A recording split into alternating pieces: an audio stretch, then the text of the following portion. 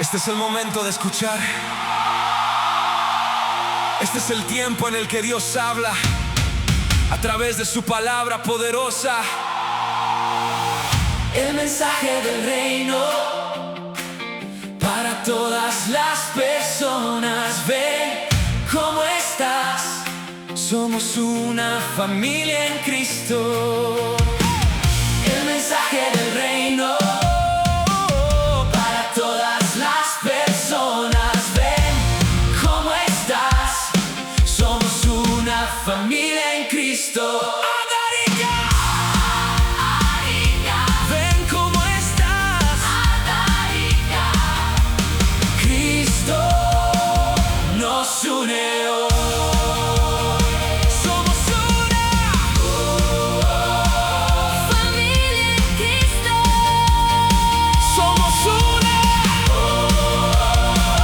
Familia en Cristo. Alguna vez me han dicho que eres un pecador. No sé si tienen la razón, porque nadie, no es la idea de que a usted lo critiquen, a mí me critiquen, y nadie está para criticar a nadie. Pero tradicionalmente se ha definido el pecado únicamente como romper una regla, ¿cierto? Y si alguien ha venido a lo mejor, lamentablemente, alguien que conoce a Cristo, alguien de la iglesia, decirle: oye, pero tú eres un pecador o una pecadora, no sé si tendrá los argumentos suficientes, o no sé si la conocerá o lo conocerá tanto para emitir tal cosa. A lo mejor está viendo en situ, ¿cierto?, lo que está haciendo, pero aún así no es la idea de que alguien vaya y emita un juicio de esa manera. ¿Ya? Entonces, tradicionalmente se ha definido esta palabra únicamente como romper las reglas, como romper una regla o hacer algo malo a propósito. Y obviamente sí se designa, ¿cierto?, a algo negativo. Sin embargo, en el Nuevo Testamento se utilizan palabras y muy específicas para que se hable de distintas formas, o se reconozca o se estudie más profundo de lo que es esta palabra pecado. ¿Ya? Unas nos hablan de rebelión consciente, ¿ya?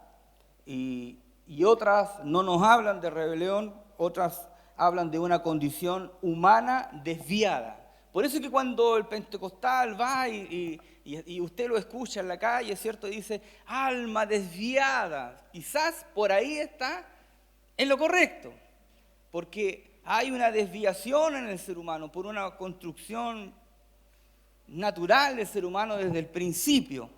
Entonces, el Evangelio, por tanto, no es un sistema para gestionar una culpa hacia otro, sino el Evangelio es para que puedan ser transformadas las personas, ¿cierto?, y reorientarlas a una nueva vida.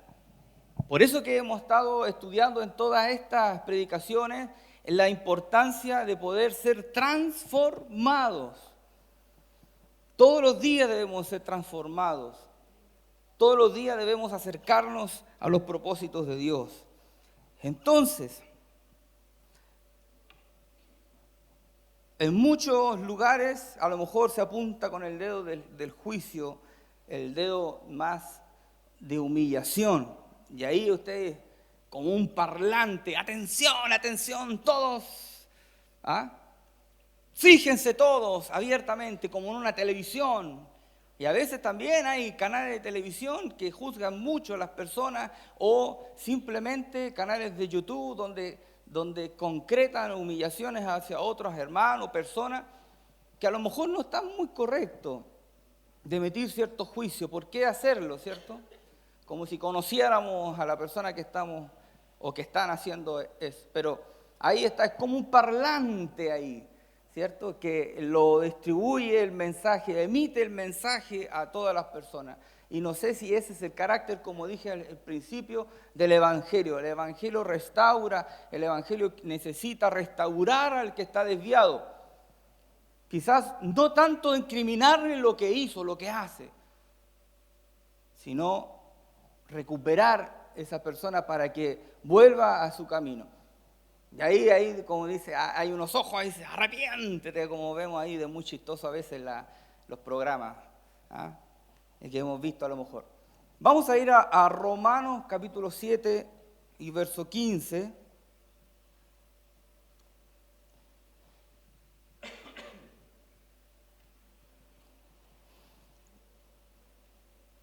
Y aquí, hermanos queridos, no buscamos obviamente aquí en esta iglesia sensibilizar el pecado hasta hacerlo parecer algo sin importancia de ninguna manera. No queremos quitarle importancia al error, a lo que la Biblia es clara con respecto a sus consecuencias del pecado, ¿ya? Sino cómo se emite, cómo se ve, cómo son las palabras en griego las correctas para poder decirle, esto es así y esto no es tan así. Tampoco queremos caer en un mensaje carente de gracia, ¿cierto? En lo contrario, como querer dejar de que haya gracia de Dios, como el otro día también tuvimos un gran mensaje sobre la gracia del Señor, donde solo, ¿cierto? Es ese mensaje de gracia, donde solo hay amor. Y si usted está ahí en el verso 15, aquí está la figura de Pablo. ¿Quién era Pablo? ¿Quién era? Un perseguidor, ¿cierto? Ese era Saulo.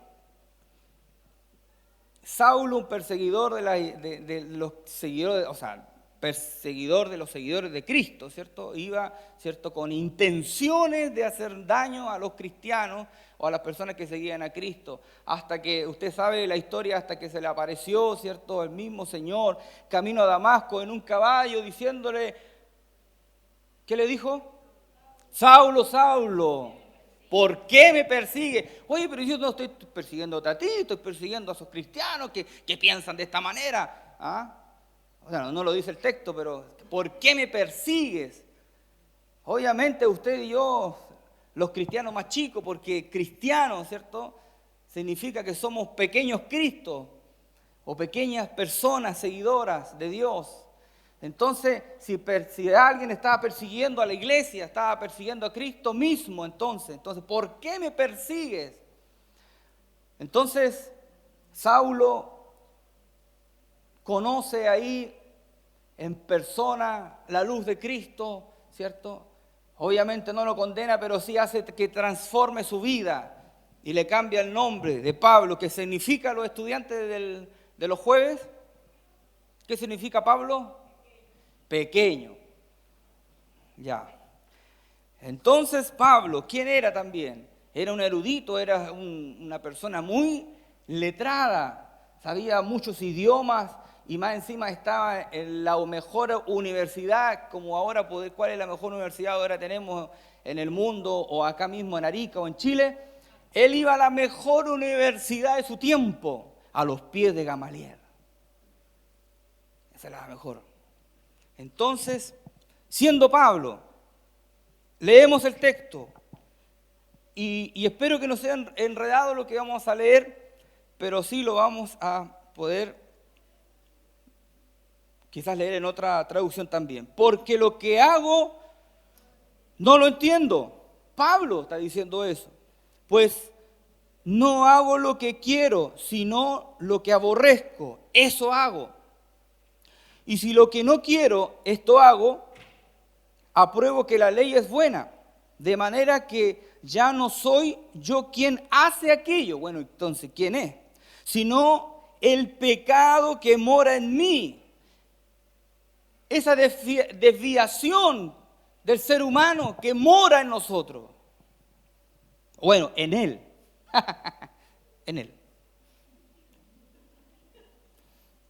Y yo sé que en mí, esto es, en mi carne, no mora el bien, porque el querer el bien está en mí, pero no el hacerlo. Porque no hago el bien que quiero, sino el mal que no quiero. Qué dificultoso entonces estas palabras, como que si me estuvieran hablando a mí mismo. Oye, pero yo quiero hacer el bien, pero no puedo. Y lo que quiero hacer, no lo hago. Y lo que no debo hacer, lo hago. Entonces, mire, así que queriendo yo hacer el bien, hallo esta ley, que el mal está en mí, porque según el hombre interior, me deleito en la ley de Dios, pero veo otra ley en mis miembros, que se rebela contra la ley de mi mente, y que me lleva cautivo, preso, a la ley del pecado. Y hace ahí el pecado que está en mis miembros. Miserable de mí, hace una pregunta: ¿quién me liberará de este cuerpo de muerte? Gracias doy a Dios por Jesucristo Señor nuestro. Así que yo mismo con la mente sirvo a la ley de Dios, mas con la carne a la ley del pecado.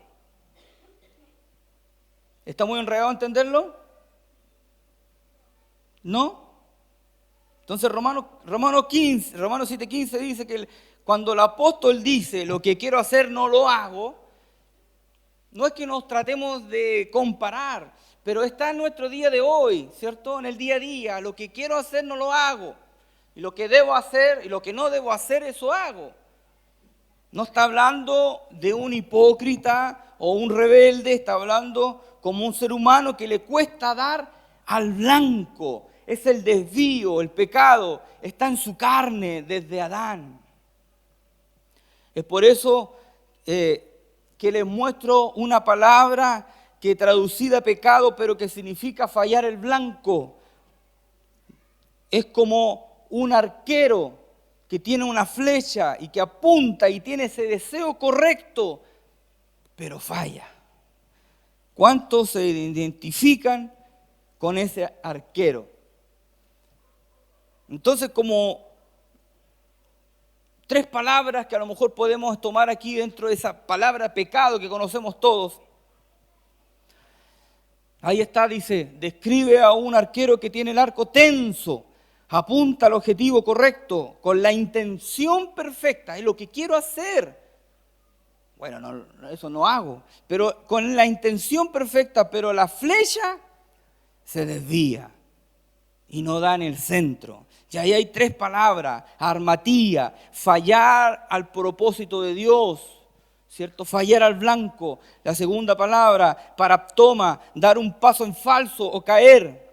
Tercera palabra, anomía, vivir en abierta rebelión contra la voluntad de Dios. 3 palabras que vemos en pecado, que se traducen así y la vemos en la palabra del Señor. Hoy trataré de hablar de una de ellas o 2, que es armatía. Teológicamente no significa hacer el mal a propósito, como les decía. Solamente es fallar, es errar al blanco. Y si yo tomara el ejemplo de eso o lo pudiésemos graficar de alguna manera, ¿ya?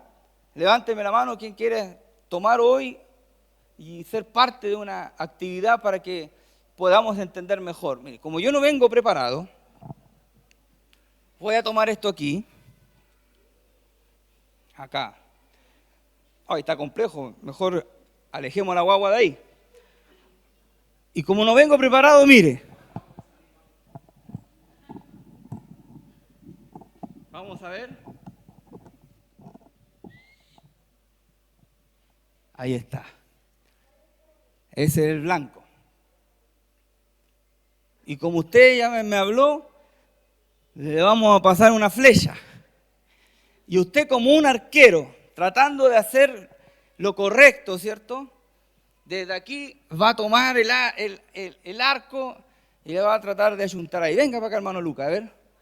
Venga para acá. Usted, hermana, arranque, por favor. Arranque, desde aquí. Ya, hermano. Vamos a contar a la 1, a las 2 y a las 3. Como usted quiere, porque los factores son distintos. Es su intención. Parte por su intención de achuntarle al blanco. Como lo haga, obviamente. Así que, vamos a contar. A la 1, a las 2 y a las 3. Dios mío. ¿Alguien quiere verdaderamente ayuntarle aquí? A ver. Ya, uno más, un ejemplo más. Una dama, a ver. Representante de las damas, de las mujeres. Pasa adelante. Ya, pues. Si no lo voy a hacer dedocráticamente. Ya, hermana Marisol. ¿Corres a más atrás entonces ahora? ¿Sí? ¿Qué va a hacer? Mire, un aplauso para la hermana. Está bien. Muchas gracias. Bueno, hay gente inteligente y matemático. Está bien. Entonces, para seguir el ejemplo, es una condición de desviación. Representa nuestra incapacidad estructural, ¿cierto? Desde nuestros inicios, como seres humanos, para dar el blanco perfecto, que es Dios. Sin importar cuánto nos esforcemos, podemos intentar muchas veces, pero quizás no vamos a lograr darle en el blanco. Es cuando dice en Juan 1:29, cuando Juan el Bautista, gracias hermano, dice, ahí viene Jesús, o viene detrás de mí, ¿se acuerdan? Este que quita el pecado del mundo, el que quita la desviación del mundo, el que va a quitar al mundo desviado. No está diciendo que Jesús va a borrar no solo va a borrar los malos actos, sino vino a erradicar nuestra condición adámica, desviada de las personas. ¿Se entiende hasta aquí? Entonces, debemos de hacernos la pregunta, ¿cuál es el origen del pecado? ¿Quién fue el primero? Ahí voy a pedir que ustedes me ayuden. ¿Quién fue el primero? El origen del pecado. Mira. ¿Fue Adán? ¿Fue Eva? ¿Fue el Chavo del Ocho? Tampoco. ¿Quién fue, hermano? ¿Quién dijo? Aleluya. Demos un aplauso al hermano. Porque fíjese lo que dice Ezequiel 28:13 en adelante. Se anticipó a la predicación, hermano. Está bien. Ahí está. El ángel de luz. Después más adelante, plantilla más adelante, voy a preguntar, ¿y quién es entonces? Bueno, ahora ya usted sabe desde antes. ¿Ya? Si leemos desde el 11, el versículo 11, no del 13 en adelante, entenderemos un poquito más el contexto. Ezequiel 28. Ahí usted me dice si que ya encontró. ¿Ya encontró? ¿Todavía no? Ezequiel 28, del 11 en adelante.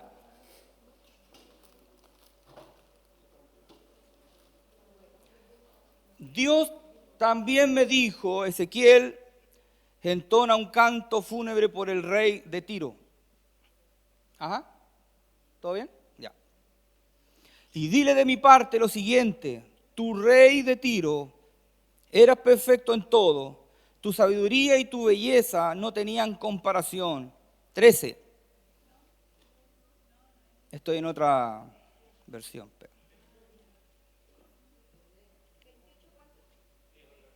28:11.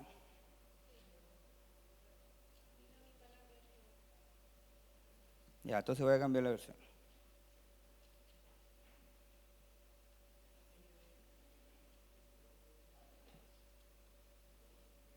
Y aquí estamos. Vino a mí palabra de Jehová diciendo, hijo de hombre, levanta endecha sobre el rey de Tiro y dile, así ha dicho Jehová el Señor, tú eras el sello de la perfección, lleno de sabiduría y acabado de hermosura. En Edén, en el huerto de Dios estuviste, de toda piedra preciosa era tu vestidura. De cornería, topacio, jaspe, crisólito, berilo y ónice de zafiro. carbunclo, esmeralda y oro, los primores de tus tamboriles y flautas estuvieron preparados para ti en el día de tu creación. Tú, querubín, grande, protector, yo te puse en el santo monte de Dios. Allí estuviste en medio de las piedras de fuego, te paseabas. Perfecto eras en todos tus caminos. Y desde el día que fuiste creado hasta que se halló en ti maldad. A causa de la multitud de tus contrataciones fuiste lleno de iniquidad y pecaste, por lo que yo te eché del monte de Dios y te arrojé de entre las piedras de fuego, oh querubín protector. Se enalteció tu corazón a causa de tu hermosura, corrompiste tu sabiduría a causa de tu esplendor. Yo te arrojé por tierra delante de los reyes, te pondré para que miren en ti. Con la multitud de tus maldades y con la iniquidad de tus contrataciones, profanaste tu santuario. Yo pues saqué fuego en medio de ti, el cual te consumió, y te puse en ceniza sobre la tierra a los ojos de todos los que te miran. Todos los que te conocieron de entre los pueblos se maravillarán sobre ti, espanto serás y para siempre dejarás de ser.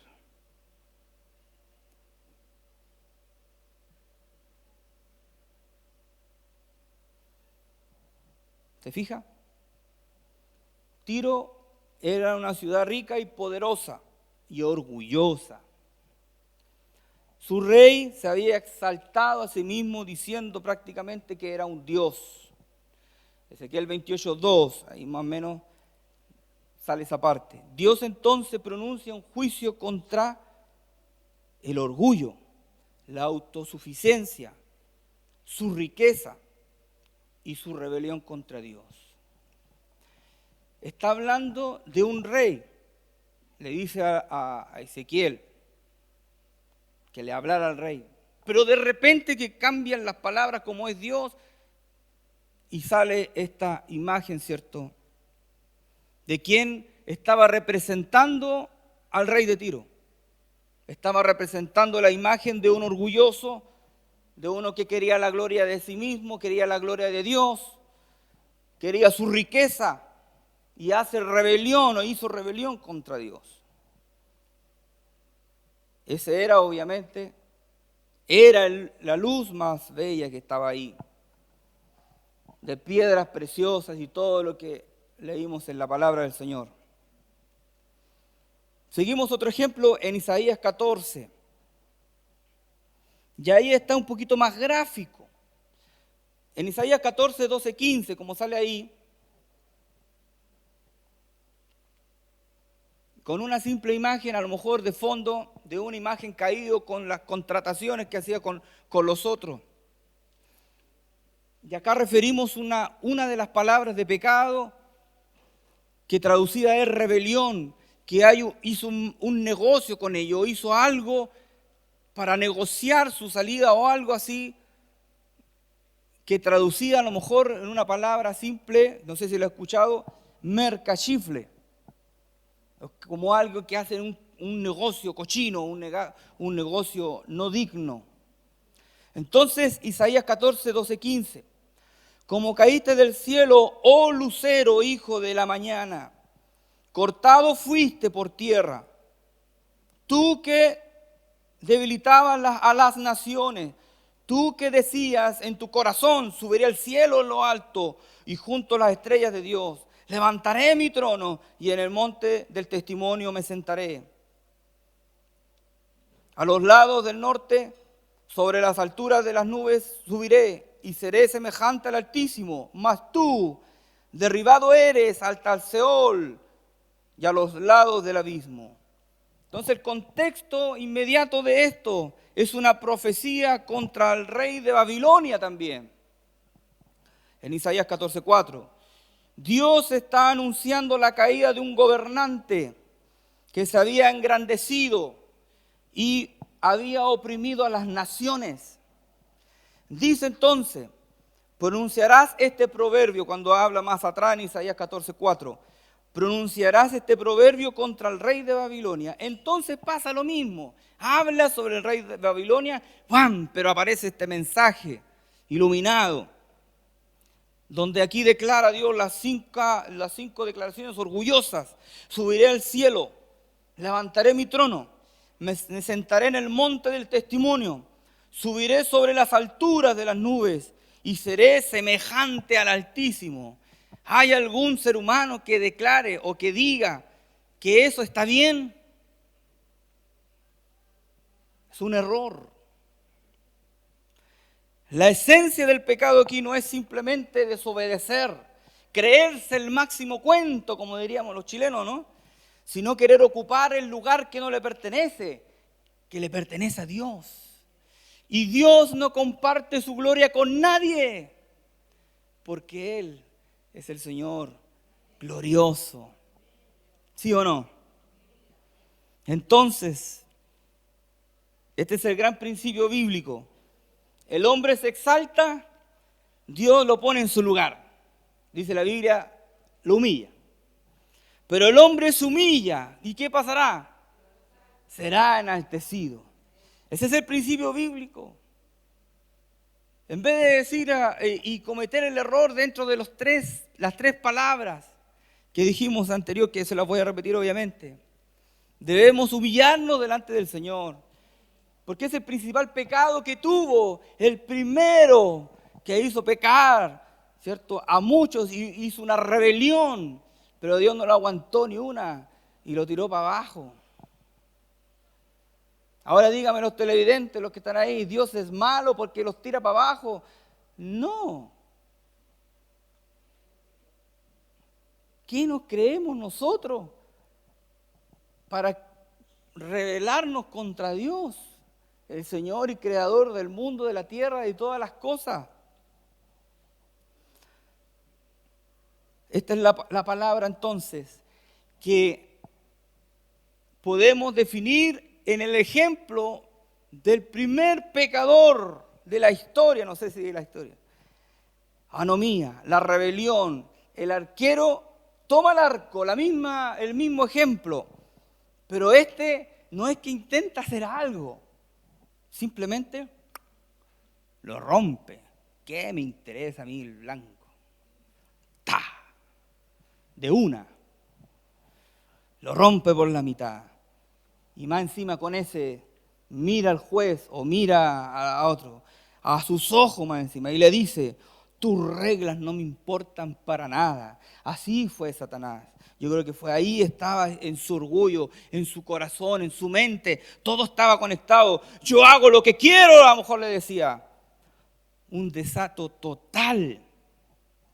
Entonces el personaje que se adjudica con el nombre de Luzbel, obviamente, ya lo tenía escrito, tenía que decirlo. Lucifer, Satanás, como usted quiera decirlo, con minúscula. Como hermana, el con cola, el coludo, el tridente, bueno, todo eso. ¿Ah? También. Anomía, la rebelión, el arquero que toma el arco, pero en vez de intentar hacer algo, lo rompe. Ese es pecado. Veamos en 1 de Juan, queridos. Vaya a 1 de Juan, capítulo 3 y verso 4.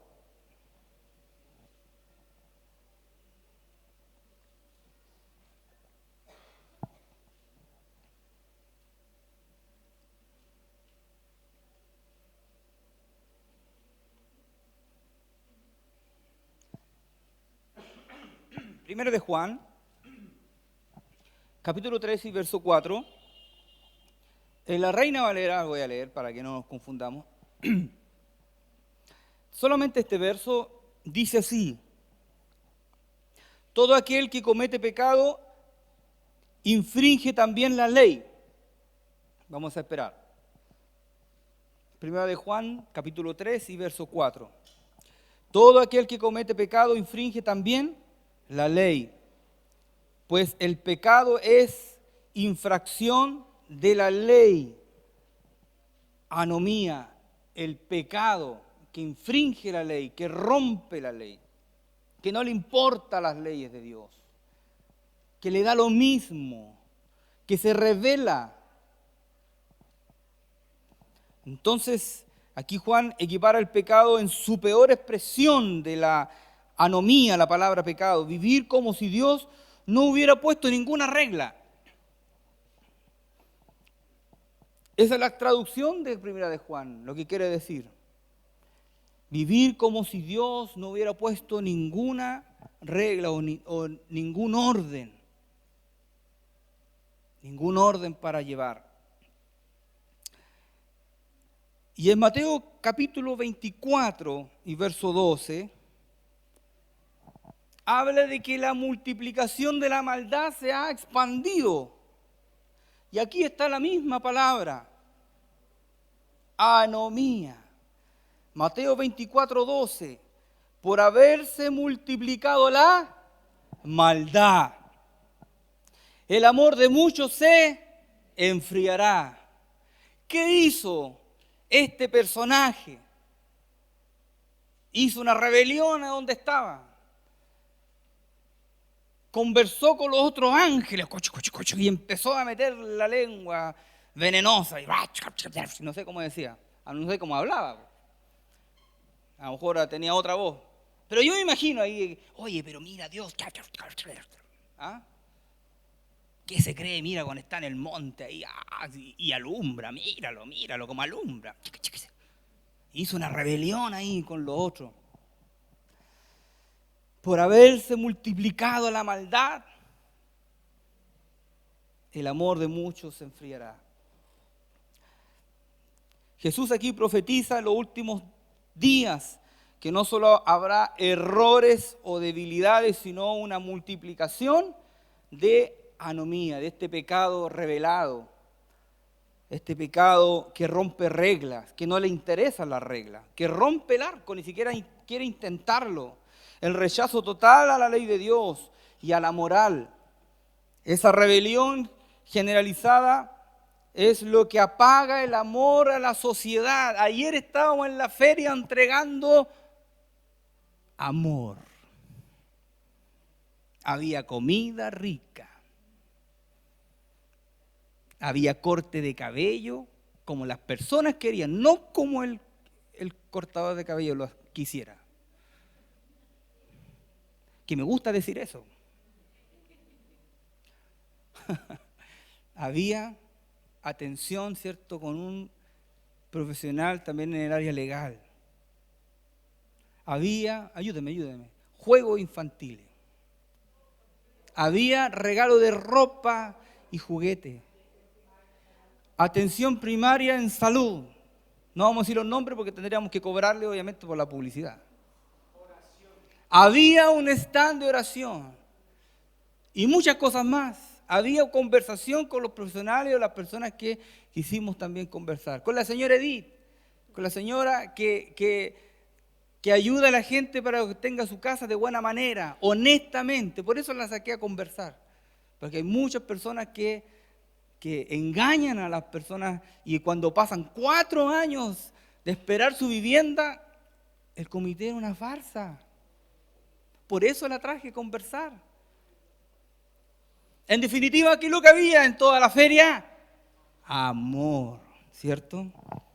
Entonces, ese amor es el que no debe enfriarse. Ese amor es el que no debe acabarse en la sociedad, en Arica. Ese amor que no debe de quitarse de la humanidad.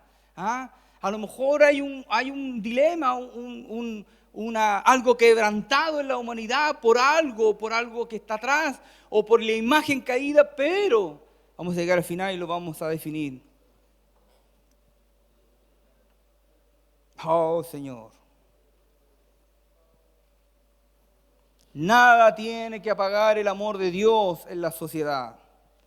Entonces, mis queridos, ¿cuál encaja mejor entonces con Lucifer y todos esos actos? Quiero salir de ahí luego, por eso le estoy pasando.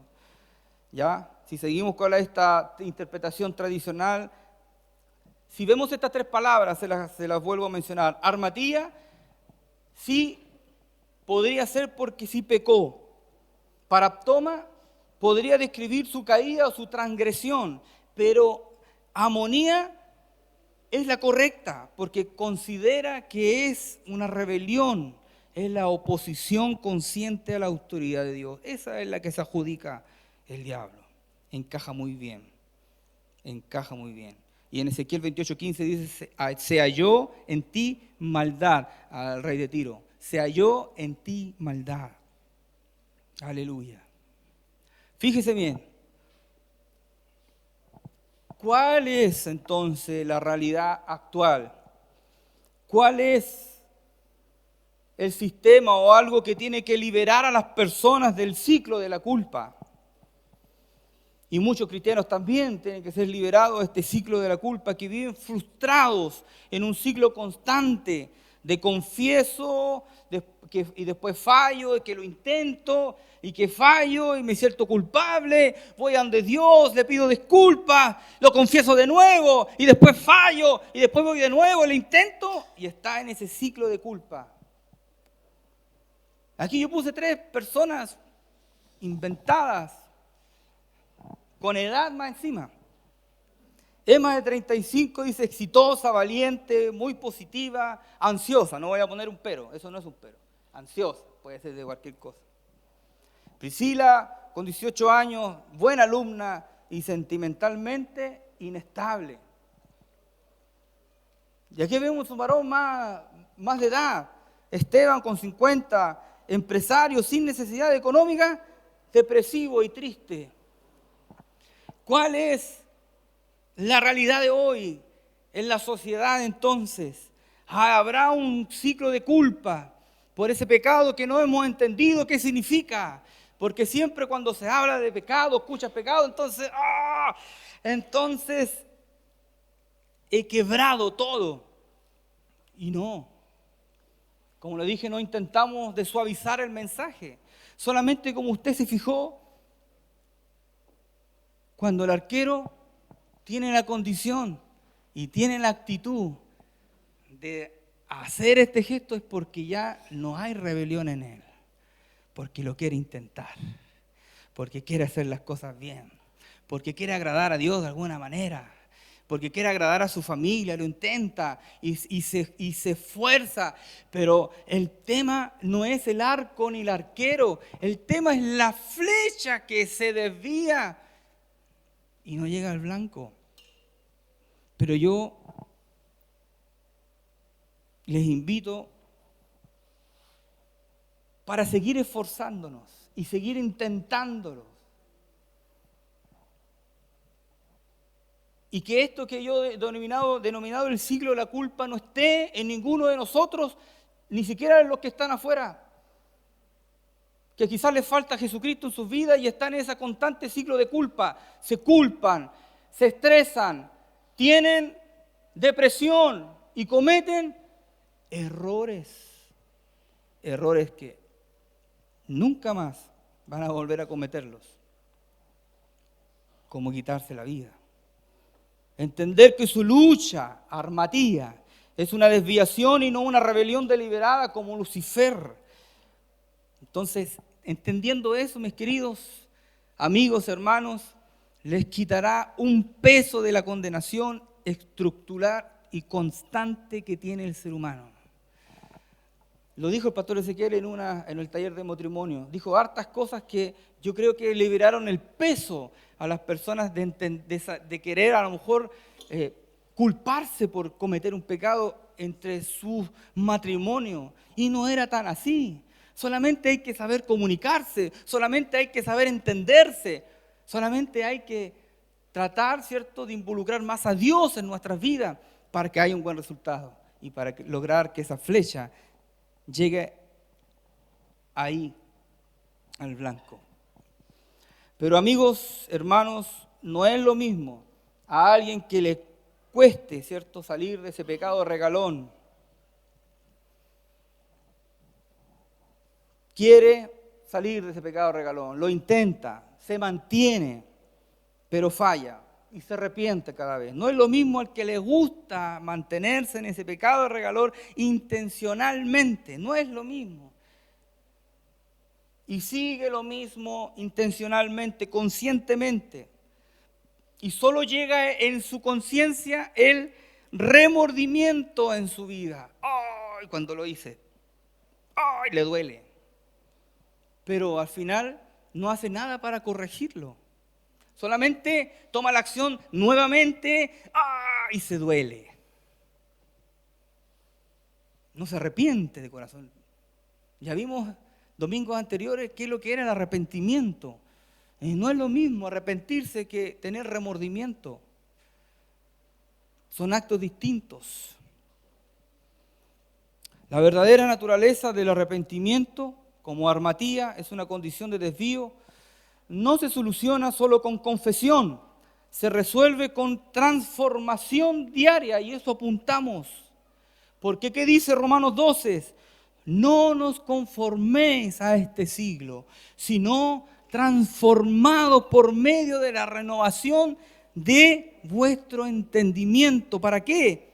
Para que comprobemos cuál es la voluntad o la buena voluntad de Dios, agradable y perfecta. ¿Cuál es la voluntad de Dios? No cuál es mi voluntad. Entonces es un proceso de renovación. Entre la desviación que hay, entonces yo trato de renovar mi mente, metanoia, para cambiar mi estructura inicial, para cambiarla y poder achuntarle al blanco, ir achuntándole al blanco, ir achuntándole al blanco. ¿No vino el blanco? No vino. Me acordé de él. Dios lo bendiga. Es la voluntad de Dios, no la mía. Por eso, cuando se hace nuestra voluntad, entonces erramos al blanco. En las últimas, quiero dar un ejemplo. Bueno, necesitamos esto, una renovación, una metamorfosis, algo que renueve nuestro entendimiento, que reoriente nuestra flecha hacia el blanco de Dios. Y ahí está, dejo con este ejemplo y un texto final, para que a lo mejor cortando aquí este mensaje para seguir el próximo domingo.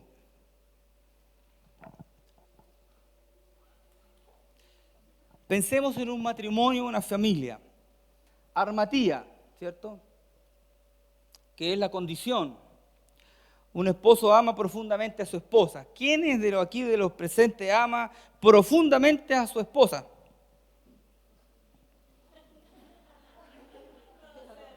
Aleluya. Ahora viene el Día del Padre, así que levante la mano, como dijo el hermano. ¿Ah? Levante la mano, como dijo el hermano. El hermano Américo. Ya. Armatía, la condición. Un esposo ama profundamente a su esposa y tiene intención real, como dice ahí, de ser un buen compañero. Aleluya. Sí, amén, dice el hermano Lucas. Sin embargo, debido a su temperamento, ahí ya no me levante la mano, a heridas del pasado o falta de madurez, su paciencia se agota rápido. ¿Qué intenciones tiene este marido? Quiere apuntar al blanco, ¿cierto? Ser un buen esposo. Quiere intentarlo, ¿cierto? Pero su flecha se desvía constantemente por la debilidad estructural, porque somos humanos. Pecamos. Como dice Pablo, lo que quiero hacer, no lo hago. Y lo que no debo hacer, eso hago. No lo estoy invitando a pecar, hermano. Sáquese eso de su cabeza. Solamente conceptos que usted debe saber para que no tenga el ciclo de la culpa. Si no ama a Dios, inténtelo de nuevo. El mismo escenario entonces, con esta otra palabra, paraptoma, es el acto y tropiezo. Un día entonces, en medio de una discusión, de esas discusiones normales que tienen los matrimonios, ¿cierto? Simple, una discusión por el desorden de la casa. Ay, Dios mío, no me mires, esposa. Hoy día le estamos dando duro a los hermanos porque no queremos que la hermana después ¿cierto? Queremos bendecirla a ella. Por eso nos ponemos nosotros a ejemplo, ¿cierto, hermano Lucas? Ya. Entonces, una discusión simple, para nosotros es muy simple esa discusión. Por el desorden de la casa. Él pierde el control y le grita una frase hiriente. ¡Oh, qué mal! Ese grito específico, ese paso en falso que es paraptoma, es un paraptoma, es un pecado. Es un paso en falso. ¿Cuál es entonces la resolución de este conflicto? Esto no es nada, ¿cierto?, psicológico, solamente es una predicación. La resolución de este conflicto, el paraptoma resuelve esa misma noche pidiendo perdón. Uno va, se arrodilla ante su esposa. No, mentira. Eso lo hará Simón, pero uno no. Y Simón dice que sí. ¿Ya? Uno va, ¿cierto?, le pide perdón. A veces toca. Amor mío, no te preocupes, mañana me levanto a las 5 de la mañana y empiezo a hacer el aseo. Perdón y perdón. Disculpa y disculpa.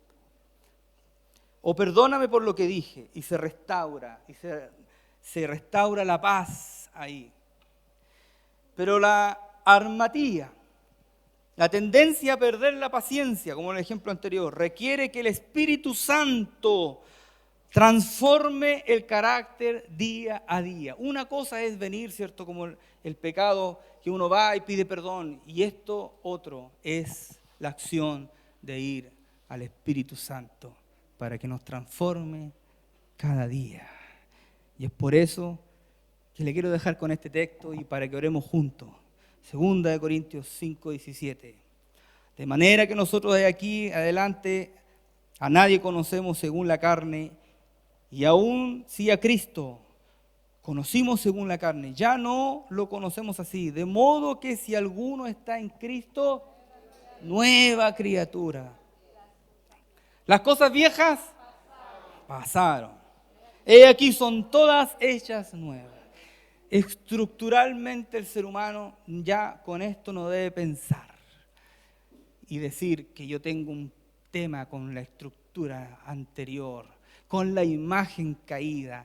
Para allá, porque si estoy en Cristo, nueva criatura soy. Entonces, las cosas viejas pasaron, lo que estaba antes de mi vida, la antigua criatura que era antes pasó. Ahora desde aquí en adelante son todas hechas nuevas. Aleluya, nueva criatura. Somos transformados, somos nuevos en Cristo. No hay condenación y nos reconciliamos. Hay un proceso de transformación entonces. Aleluya. Y ahí usted se pone de pie y va a orar junto a mí, porque vamos a pedirle a Dios que esa nueva criatura pueda fluir en nosotros, pueda iluminar en nosotros. Y si quiere ser nueva criatura en esta tarde y queremos invitarle a que pase adelante para que sea una nueva criatura ahora en adelante y que vea el pecado, no le quite, ¿cierto?, la importancia al pecado, que tiene toda una consecuencia, pero que vea que usted se libere de la culpa y vaya y lo intente nuevamente, porque su blanco es Cristo. Ore conmigo. Señor, en el nombre de Jesús. En el nombre de Jesús. Hay algo que el ser humano tiene que no puede avanzar. Es su propio orgullo, su propio yo, su propia suficiencia. No, si yo puedo salir. No, si yo lo hago. No, si... Y otra cosa es que le echa la culpa a los demás. No, es que este está pendiente de mí. La gente me mira, la gente me odia, la gente hace. Señor, pero tú dices en tu palabra que soy nuevo en Cristo. Soy nueva criatura. Aleluya. Y todo lo que vimos anteriormente era para poder graficar que el enemigo, él es condenado por rebelarse contra tu gloria. Pero aquí hay hijos tuyos presentes aquí en este local. Pero también hay afuera que van a escuchar esta predicación, Es gente que usted también, Señor, va a tocar sus vidas y les va a decir: vuelve al camino, sé una nueva criatura, cree en mi palabra. Yo estoy contigo, esfuérzate, hazlo de nuevo, intenta, toma el arco, apunta con la flecha, y si te desvía en algún momento, yo te ayudaré. Yo estoy ahí, yo soy el blanco, achúntame.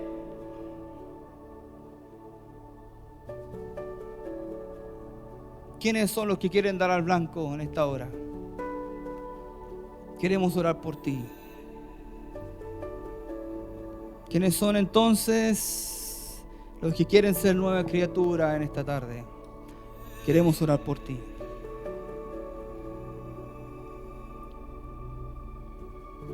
Y quiero también que todos nosotros, no hay distinción, podamos ser fortalecidos en Jesucristo. Porque no nos creemos más que el otro. No nos creemos más avanzados, no nos creemos nada.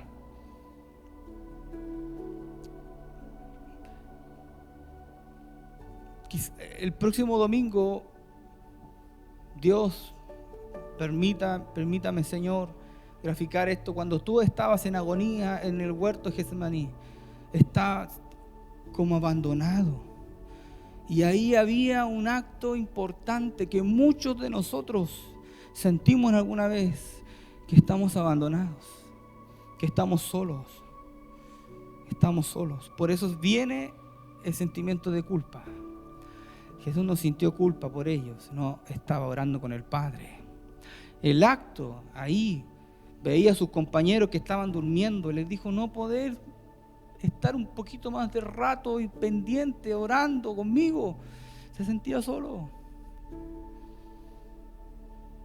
Pero a él no le dio depresión. Pero él no tenía sentimientos de culpa. No odió a sus compañeros que lo dejaron a orar solo. No, tampoco se molestó con el Padre por la condición que estaba, sino que había una reacción distinta. Una reacción de amor. De poder seguir y continuar la tarea que se le había encomendado. ¿Cuál es tu tarea que ha sido encomendada hoy? Dios te dio una tarea. O tienes un propósito, ese.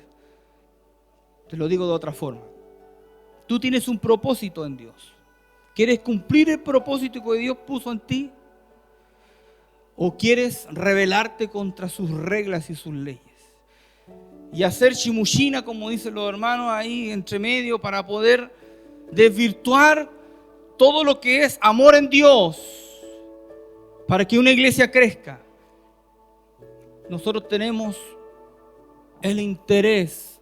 Pedimos a Dios que esta iglesia crezca en número y sea grande en esta ciudad.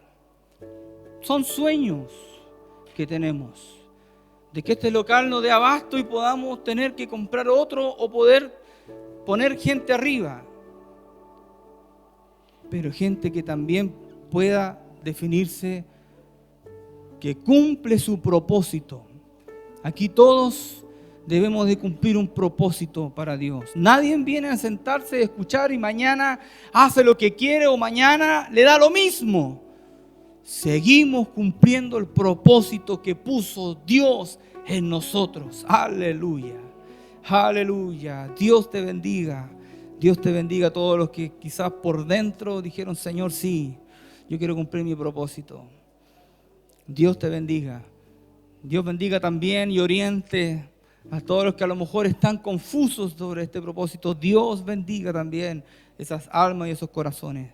Dios bendiga a los que están conectados afuera o que están ahí viendo o los que van a ver de repetición. También Dios te bendiga para que no deje que esa flecha se desoriente ni sea desviada, sino vuelva a su rumbo y pueda llegar al blanco. Dios te bendiga. En el nombre de Jesús. Amén. Este es el momento de escuchar. Mi corazón se rinde al verdad. Tu voz me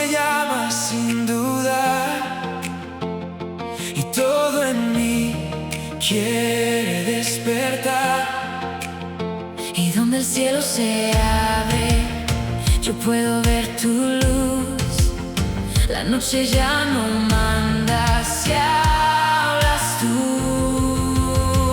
Este es el tiempo donde Dios habla a través de su palabra poderosa.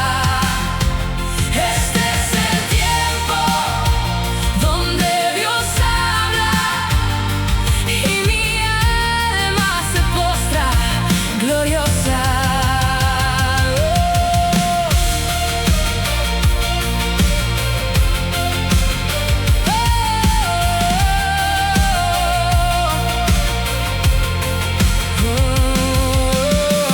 Tu palabra cae como lluvia fiel